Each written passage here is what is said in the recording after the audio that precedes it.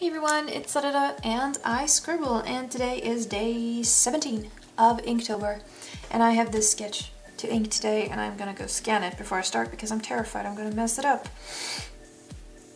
I just finished transferring it. I drew it in one of my smaller sketchbooks, I blew it up and then I transferred it into this one. Today I want to practice line weight. So I have my 0.5 and my 0.1, you can see it all.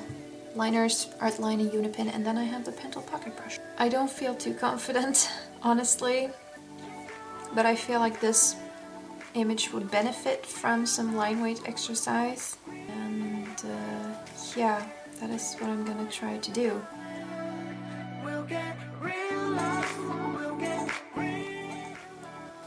I forgot to hit record.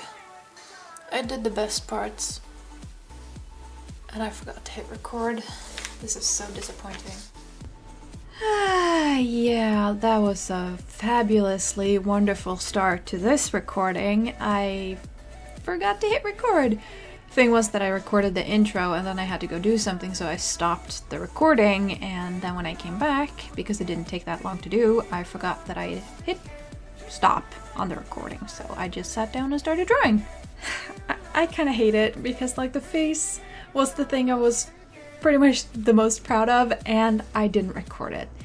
So yeah, I'm bitter, very bitter. So when I first started preparing for Inktober, I sat down and did a whole bunch of thumbnails on a piece of printer paper, and this was actually the very first thumbnail I did, and it was the very first idea I had for Inktober. I really liked it. I've always wanted to do something like this, where I have a person or character surrounded by just a whole bunch of flowers and leaves and vegetation like that. I follow a lot of Tumblr blogs and Instagrams that kind of art pop up on, so I think that's why I like it so much. I really like the aesthetic of it. I think that's it. I also thought this would be a great opportunity for me to practice drawing flowers and vegetation in general.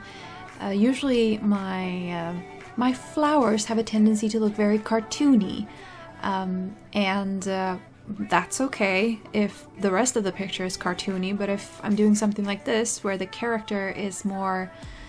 I really hate that hand.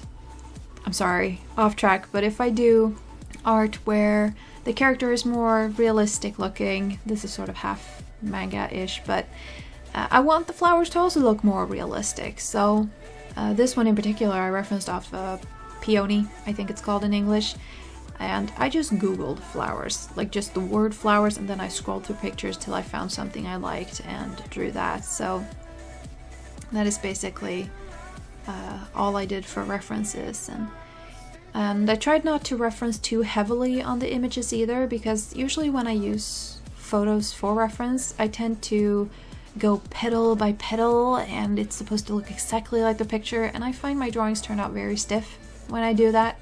So I just tried to be more loose and just more eyeball it, and I think the artwork is better for it. I actually ended up just using the Artline for this one. I know I said I was going to use the Petals pocket brush, but I also said I wasn't too confident in it, and I decided not to use it because I just felt like I would ruin the picture if I did. So what I'm going to do is that I'm actually going to continue working on this piece digitally. I really want to do some simpler coloring and probably add some more black to it.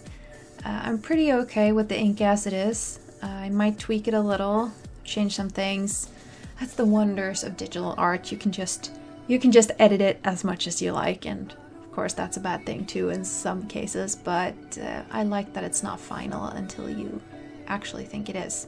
I mean, an inked line is an inked line, and you can't do much about it unless you want to start over from the beginning, so I think digital art will always be the best medium for me, but I do enjoy this traditional thing a lot. I find that digital art can get pretty static and boring at times because I've been using it for such a long time. I know the methods that work for me, and I use the same ones over and over again, so there's not really much experimentation going on because I don't have time for that.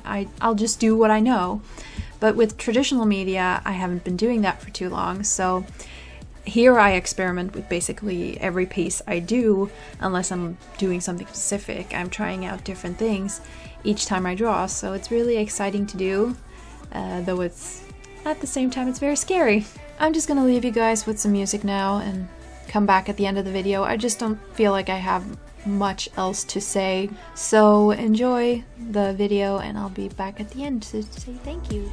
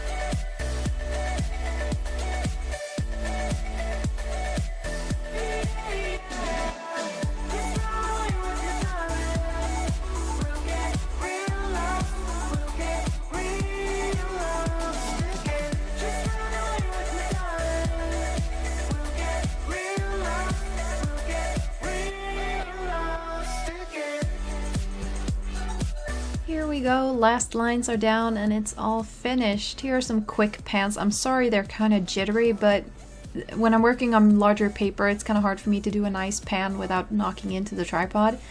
And here you can see the more cleaned up version as well. I'm really looking forward to finishing it with some color and stuff like that, so you'll probably see that sometime in the future.